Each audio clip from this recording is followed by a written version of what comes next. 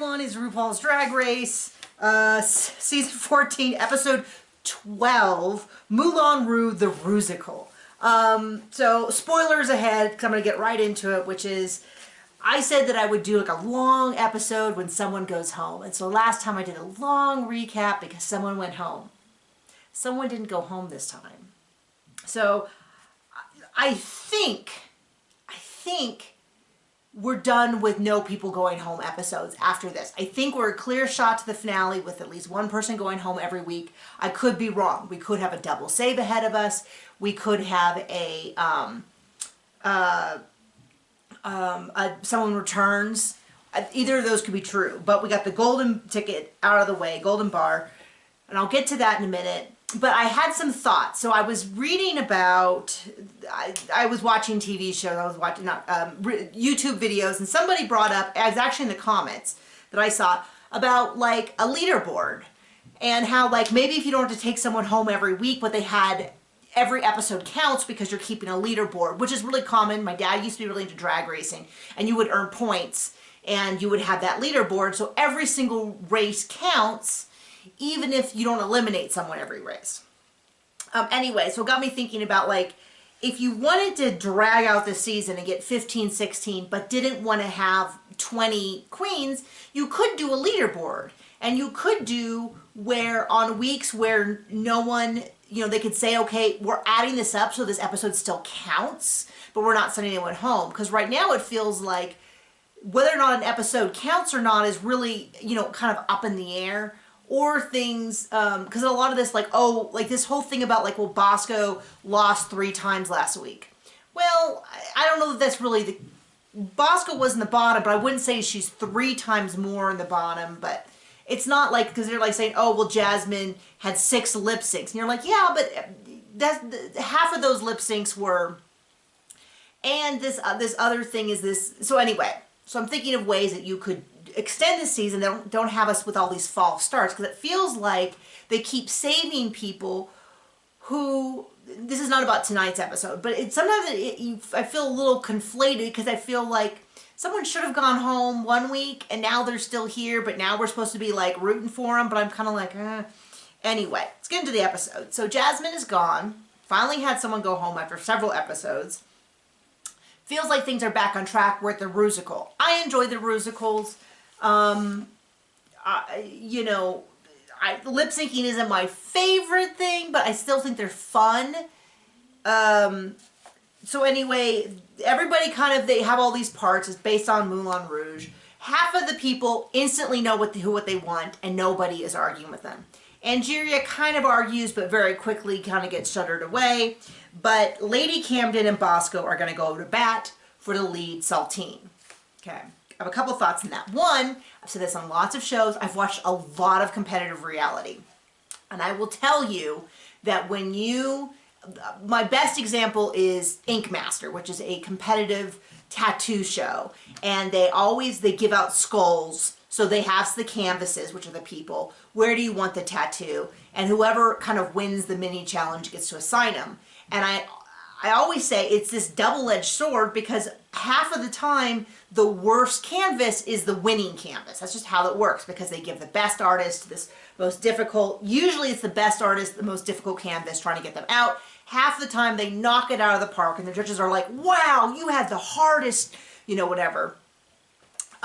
Anyway, it tends to be, and this is true for Project Runway, a ton of shows that I've watched, where when people are really fighting for a role, and there's a role that no one wants, there's like a 50-50 chance that whoever wins the role is going to flop, and whoever takes the crappy role, the role is going to win. I would say that I don't have the math on this. We should make someone else go look it up, the math. But I would say if we went back through all of these big kerfuffles over roles and who doesn't want a role, that about half of the time the person who gets the bad role wins, and half the time people who get the good role lose, something like that, or some variation on that. So when they were fighting, when I saw the preview a couple days ago, when they started fighting, I was like, you know, what it was funny to me was one Lady Camden was saying, this is a role for me because I need to break out of my shell, and like this other role is like a bearded woman who runs it, who's really rough and gritty, and I was like, that sounds like the role that Lady Camden needs if she wants to prove something. Because that seems like a really character-driven role. Like, that's what the pretty drag queen should take. That kind of thing. Anyway, they fought and fought and fought. Decided to do, and I agree with the thing, which is like, when she said, like, we should have other people vote on it. I mean, I personally would just be like, okay, let's just, well, then we'll just do rock, paper, scissors. Like, let's just make a random, let's roll, whatever. They have everyone vote. Diabetti is really funny because Willow doesn't want to vote. So Diabetti, I'm sure purposely votes so it's a tie and Willow has to break it. They decided, I mean, the people who voted for Bosco to get it because they thought Lady Camden would do better at this other role were right. But what was funny to me was when they started going through, they introduced all the choreography. You see, you know, kind of mix. I don't look at any of this choreography. No one to me was so terrible, but there were people who definitely struggled, and there was definitely people that were like amazing. We see such a small snippet though, because they're always like, wow, you're amazing. But you saw like 10 seconds of them dancing. Anyway, Leslie Jordan, who is just lovely, just, God, I mean, if this was his job, all he did was come to Drag Race and direct stuff, oh, I would love it. He is so delightful. Anyway, what surprised me, let's get back to the actual Rusical. What surprised me was they talked about Saltine being the lead and having the most lines, but I don't know that she had the most lines because she didn't show up until almost halfway through. She does have a big section, but I was like, I can't believe they kind of all said like the MC can disappear, and I was like, I don't know. It seemed like such a huge character. Like, I don't know. I mean, if you watch my reviews, standing around looking pretty is never been something that I'm like, oh, I love the drag queens that stand around and look pretty. Same with the show. Like, she stands around and looks pretty. Okay, you know, versus this like, now maybe that was just the performance, that Camden did so much and that someone else could have done that part and I would have been like, oh, what a terrible part. But Lady Camden showed tons of personality and got to be kind of villainy a little bit, but without actually having to try to be the villain. Was just sort of, I thought the CUNT dancers were all really good and interesting. I thought everyone did really good. Willow had such a small part. I thought she did good. I thought she was so cute. And in general, I was a little bit like, I had the episode spoiled by Twitter, so I knew, plus the kind of the setup of like Bosco fighting so hard for that role, and then I kind of knew it was going to be Bosco in the bottom and Lady Camden in the top, but otherwise I wasn't really clear on who had done badly. I kind of thought everyone did what they were supposed to, but anyway, they felt that Deja, Georges, and Bosco were in the bottom. I've always kind of said that I think a lip sync for your life should really be a little bit of like nudging in one direction or the other. But I don't think you should be able to lip sync for your life every week and be a great lip syncer and always win. Like, I don't care. At some point you've got to be like, yeah, but you're just not, like, that was a good lip sync, but that wasn't a good enough lip sync to overcome the fact that you've lost every other week. Like, that's my opinion on how the lip sync should be. I know that people feel differently, but it's kind of like for me when they bomb the main challenge and then the runway is a tip, you know, either way. So like if there's 3 in the bottom and you have an amazing runway, maybe you go into the bottom but not going into the, whereas if you have a terrible, if you're the top of the 3 but you have a terrible runway, maybe it tips you in. Same thing with the top, like you're in the top but then an amazing runway will push you into first.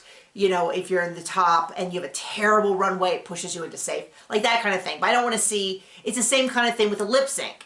If you have bombed everything, unless the other person does a full like, I'm just going to stand there and do nothing, or I don't know the words, like a Valentina, I don't know any of the words, you know, maybe like the kind of things like the first time we did the hair reveal, which I think was Roxy Andrews. The first like sweep it off into a, you know, Brooklyn Heights did that where that was actually a runway, not a lip sync, but swept off the wig and, you know, did all that. Like the first time you see that, like maybe I would consider it. Okay. Long way around for me to say that I think Georges is just, you can't keep being in the bottom and then saving yourself with a lip sync.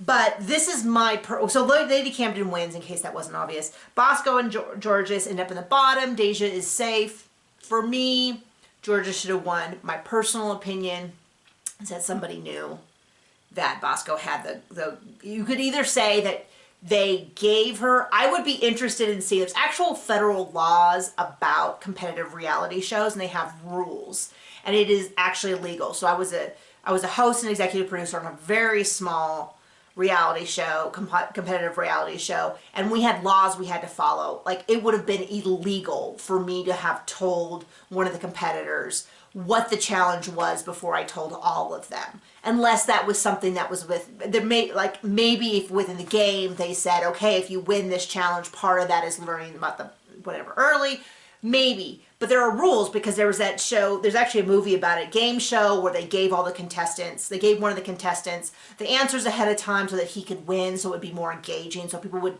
tune in to see if he was going to win again, and it came out. So then there was laws, I think passed by Congress, because Congress is always like, I'm going to pass laws. We don't know a lot about it, but it's egregious, and we're going to do all this stuff. Anyway, there's laws with the Olympics too. Anyway, so I would be curious to know what they would be allowed to do according to these laws, whether it was a case of they knew Bosco was going to go, like, had the golden thing, so they were like, oh, well, then we'll just let Georges stay for another week, which at this point I'm starting to feel like Georges has been there. I like Georges, but within the confines of the game, it felt that as a player, she should have been eliminated earlier. It's just my opinion. I like Georges. I would gladly go to a drag show with Georges. I would gladly tip Georges. I would love to see Georges on All Stars. This is not a hate fest. It's just a matter of, I feel like within the confines of the game, Georges hasn't performed as well as other people. But that is not the choice they made. They're going to send Bosco home.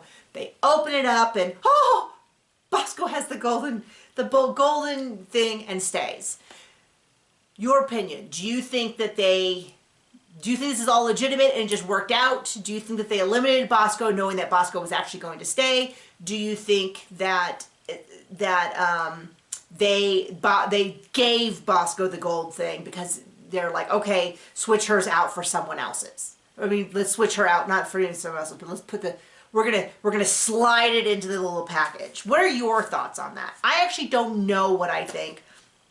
The person in the part of me that has worked in reality TV would like to think that they randomly gave that out, but maybe it affected the changes, saying like, oh, we know that Bosco won't really go home, so we're going to put her in the bottom and we're going to let her be eliminated. And then, you know, it better be that next time Georges goes into the bottom, that you go home, because I'm not going to stand for on the bottom all the time.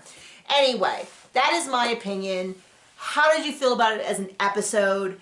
I am happy that Bosco's still here because I like Bosco a great deal. I didn't find, you know, Bosco pushing for that win.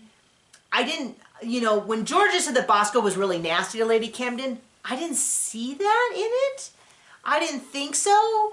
I think she was very pushy, but it's kind of like, if we're going to give Betty 9 million passes because it's good TV, then I'm fine with Bosco and also having kind of the same attitude toward it.